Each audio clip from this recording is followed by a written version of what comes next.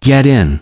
Let me take you home. The rain came down in sheets that Thursday evening, turning the streets of Cedar Springs into rivers of reflected light. Sarah Mitchell gripped the steering wheel of her old pickup truck, the wipers working overtime to clear her view. She'd just finished her shift at the Dinera Double because rent was due and her daughter Emma needed new shoes for school. At 34, Sarah had already lived through more than most people twice her age. A widowed single mother, she'd learned to measure life in small victories. A good tip, a kind word from a regular customer, the sound of Emma's laughter when she came home, even when her feet ached and her back protested every step. The truck's engine rumbled a familiar, comforting sound. She'd bought it used 7 years ago, back when her husband was still alive. Tom had helped her pick it out, running his hands over the faded blue paint, like he was appraising a thoroughbred. This one's got character. Sarah, he'd said, it'll get you where you need to go. He'd been right about that. If nothing else, Sarah slowed as her headlights caught something unusual ahead. Through the driving rain, she could make out a figure on the sidewalk, an elderly man in a dark suit, walking slowly, one hand raised against the downpour. He was hunched forward, his silver hair plastered to his head, and even from a distance, she could see he was struggling. She eased the truck to the curb, her heart doing that thing it always did when she saw someone in NIDA, tightening, followed by a warmth that spread through her chest. Tom used to tease her about it. You've got the biggest heart in 3 counties, he'd say, rolling down the passenger window. Sarah leaned across the bench seat. The man looked to be in his late 60s. Maybe 70, with distinguished features and a briefcase clutched in one weathered hand. His suit, despite being soaked through, looked expensive. But what struck her most was the exhaustion in his face, a weariness that went deeper than the rain. Excuse me, she called out, raising her voice above the storm. Sir, are you all right? The elderly man stopped, turning toward her slowly. His glasses were fogged with rain, and he squinted to see her better. There was something dignified about him, even drenched and clearly struggling. I'm fine, thank you, he said, his voice carrying a slight tremor. Just trying to get home. Sarah noticed the way he favored his left leg, the careful way he moved. She'd seen that kind of gait before. Her own father had walked that way after his stroke. Get in, she said gently. Let me take you home. No one should be walking in this weather. The man hesitated, and Sarah recognized that look, pride, the kind that came from a lifetime of taking care of yourself, of not wanting to be a burden. Please, she added, her voice softer. My daughter would never forgive me if I left you out here, and honestly, neither would I. Something in her tone must have reached him, because after a long moment, he nodded. Sarah quickly cleared the passenger seat of Emma's homework papers and her own work apron, tossing them into the back. The elderly gentleman opened the door and eased himself into a truck with careful movements, setting his briefcase on his lap. Thank you, he said quietly, pulling the door shut. Water dripped from his clothes onto the worn seat, but Sarah didn't care. She'd cleaned up worse. I'm Sarah, she said, pulling back into traffic. Sarah Mitchell. Robert, he replied. Robert Chambers. He paused, then added, I appreciate this more than you know. Sarah smiled, keeping her eyes on the rain-slicked road. Where are we headed? Robert gave her an address on the east side of town, the nice part, where the houses sat back from the street behind iron gates and old oak trees. Sarah wasn't surprised, even soaked.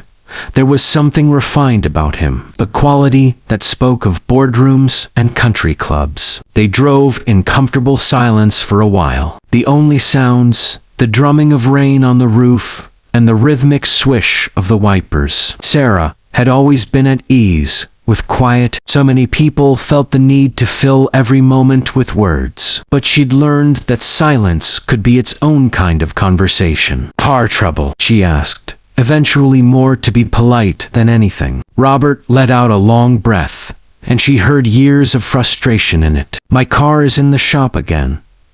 I called for a ride, but he gestured vaguely at the storm. I got tired of waiting, thought I could walk the last mile. He gave a rueful smile. Pride and stubbornness aren't the best combination in a man my age. Sarah laughed softly. I think we all learned that lesson eventually. The hard way, usually. Indeed. Robert was quiet for a moment, then asked, "Do you have family, Sarah?" "A daughter," she said, and felt that familiar warmth bloom in her chest. "Emma. She's 13. Thinks she knows everything." Sarah smiled. "She probably does.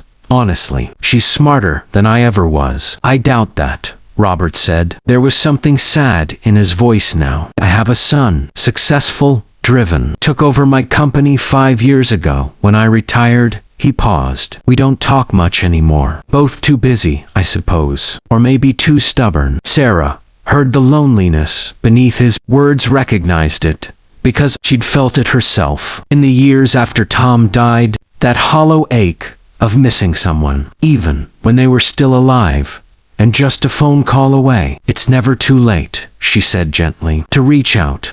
I mean, people are more forgiving than we give them credit for." Robert turned to look at her, and in the glow of passing streetlights, she saw his eyes were damp, not from the rain. "My wife used to say the same thing," he said quietly. "She passed 2 years ago.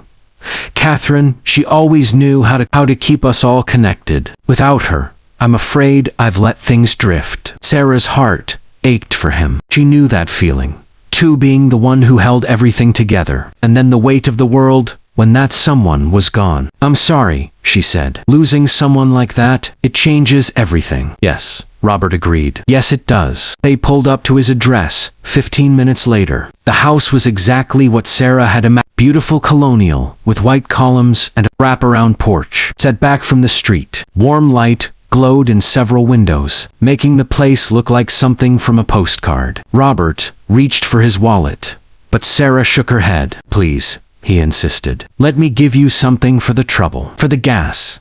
At least, you don't owe me anything," Sarah said firmly but kindly. "Just promise me you'll call your son. Life's too short to let pride get in the way of the people we love." Robert studied her face for a long moment, then slowly put his wallet away. "You're a remarkable woman, Sarah Mitchell." Thank you. "Truly." He climbed out of the truck, moving carefully on his bad leg, and Sarah waited until he'd made it safely to his front door before driving away. The rain was finally letting up, thinning to a drizzle. As she headed home to her small apartment across town, Sarah thought about her own advice. When was the last time she'd called her sister in Phoenix? Told Emma how proud she was of her. Tomorrow, she promised herself. Tomorrow, she'd do better. The next morning started like any other Friday. Sarah made breakfast, eggs and toast. Nothing fancy, while Emma rushed around getting ready for school. The apartment was small but clean, decorated with thrift store finds and Emma's artwork from over the years. It wasn't much, but it was home. "Mom, have you seen my math folder?" Emma called from her room. "Kitchen table, honey," Sarah replied, pouring coffee into a travel mug. She had the early shift at the diner today, 6:22. Emma appeared in the doorway, her long brown hair pulled back in a ponytail. At 13, she was starting to look more like a young woman than a little girl, and it broke Sarah's heart a little bit every day. Time moved too fast. "Thanks," Emma said, grabbing the folder. She paused, studying her mother. "You look tired, Mom. Another double yesterday." Sarah smiled, touched by her daughter's concern. "I'm fine, sweetheart. Just a long day, but I met an interesting person last night." She told Emma about Robert, about finding him in the rain. Emma listened with the kind of intensity she brought to everything, her eyes thoughtful. "That was really nice of you, Mom," she said, when Sarah finished. "Do you think he'll call his son?" "I hope so," Sarah said. "I really do." After Emma left for school, Sarah cleaned up the breakfast dishes and got ready for work. She was tying her apron in the diner's back room when her manager, Gloria, poked her head in. "Sarah, there's someone here to see you." Sarah frowned. "To see me? Who?" Gloria's eyes were wide. "I think you better come see for yourself." Confused, Sarah followed her out to the dining area. Standing near the entrance, was a man in an expensive charcoal suit, probably in his early 40s, with dark hair just starting to gray at the temples. He had kind eyes and an uncertain expression, and he was looking around the diner like he'd never been in such a place before. "Sarah Mitchell?" he asked, as she approached. "Yes," Sarah said cautiously. "Can I help you?" The man's face broke into a relieved smile. "My name is David Chambers. I think you gave my father a ride home last night." "Robert Chambers." Sarah's heart skipped. "Oh yes, I did. Is he all right?" He's fine," David said quickly. "Better than fine, actually. That's why I'm here." He glanced around at the curious customers, watching their exchange. "Is there somewhere we could talk privately?" Sarah led him to a booth in the corner, her mind racing. Gloria brought them coffee without being asked, her eyes darting between them with barely concealed curiosity. When they were alone, David wrapped his hands around the coffee mug, not drinking, just holding it. "My father called me this morning," he said quietly, "at 6:30. We haven't spoken in nearly 8 months. Not since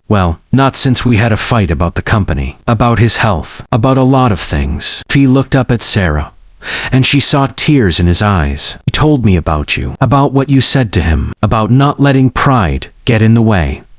David's voice cracked slightly. He said, "A young woman with her own struggles took time to help a stubborn old man, and it made him realize how foolish he'd been, how much time he'd wasted." Sarah felt her own eyes filling. "I just gave him a ride." "No," David said firmly. "You gave him much more than that. You reminded him that kindness still exists, that people still care about each other, even strangers."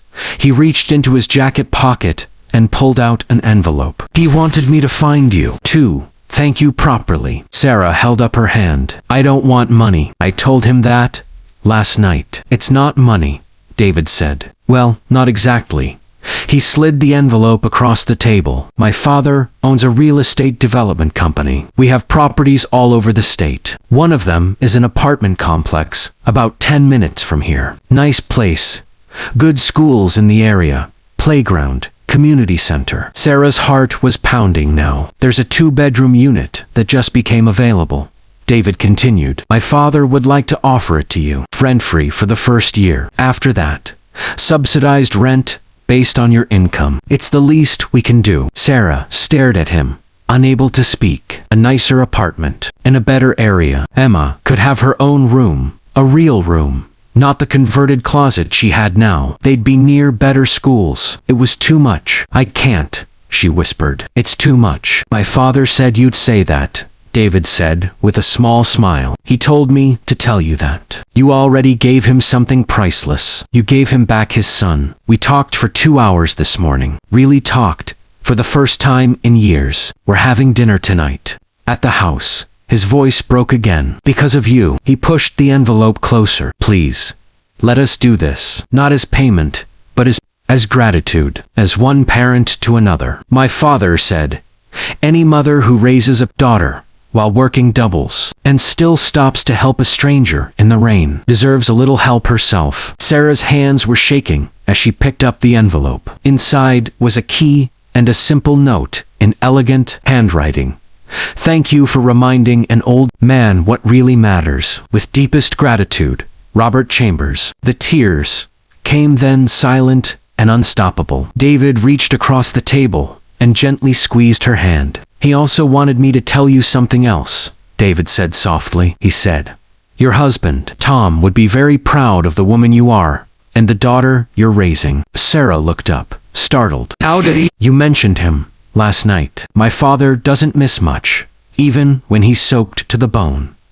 David smiled. "He's a good judge of character. Always has been." They talked for another 20 minutes. David gave her the address of the apartment, told her to come by that weekend to see it. He gave her his card, told her to call if she needed anything at all. When he finally left, Sarah sat in the booth for a long time, holding the key and crying quiet tears of gratitude and relief and joy. Gloria slid into the seat across from her. "You okay, honey?" Sarah nodded, unable to speak. She was thinking about last night, about the moment when she'd seen Robert struggling in the rain, how easy it would have been to drive past it, to tell herself she was too tired, that she had her own problems, but she'd stopped, because that's what you did. You helped people when you could, and sometimes, in the most unexpected ways, that kindness came back to you. That evening, Sarah picked Emma up from school and drove her to see the apartment. They stood in the empty living room, sunlight streaming through clean windows, and Emma burst into tears. "We're really going to live here?" she asked,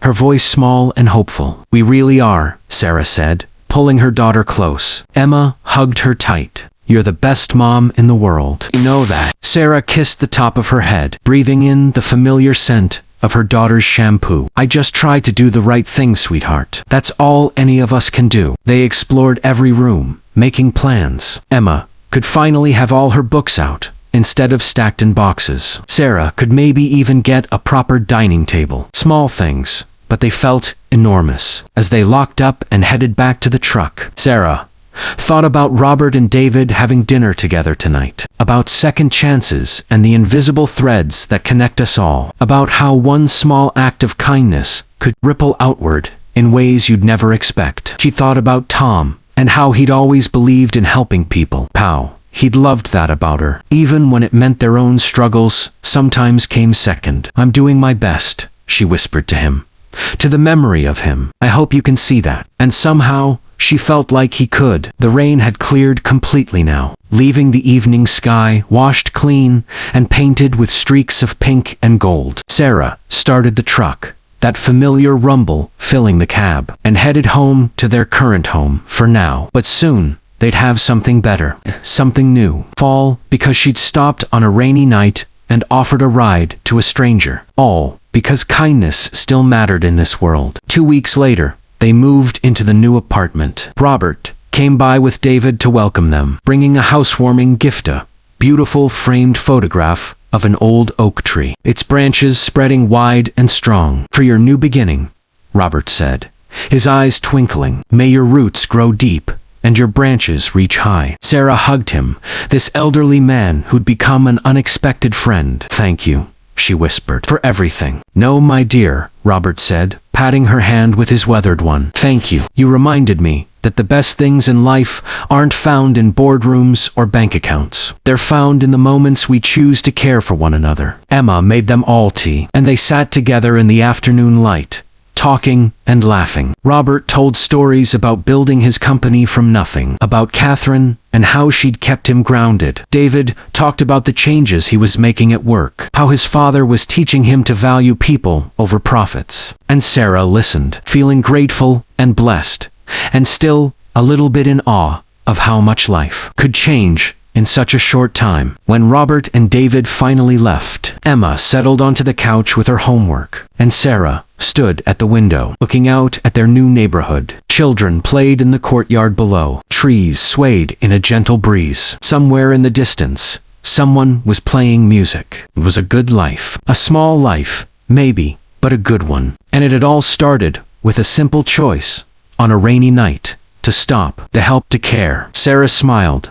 sending up a silent thank you to Tom, to the universe, to whatever forces had brought her to that moment when Robert needed help, and she'd been there to give it. Sometimes the smallest acts of kindness created the biggest changes. Sometimes stopping for a stranger in the rain changed everything. If this story touched your heart, I hope you'll take a moment to share it with someone who might need a reminder that kindness still exists in this world. Please like this video, subscribe to our channel for more stories that celebrate the good in people, and leave a comment telling us about a time when a simple act of kindness made a difference in your life. We'd love to hear your stories. Thank you for listening. And remember, you never know when one small act of compassion might change someone's entire world. God bless you all.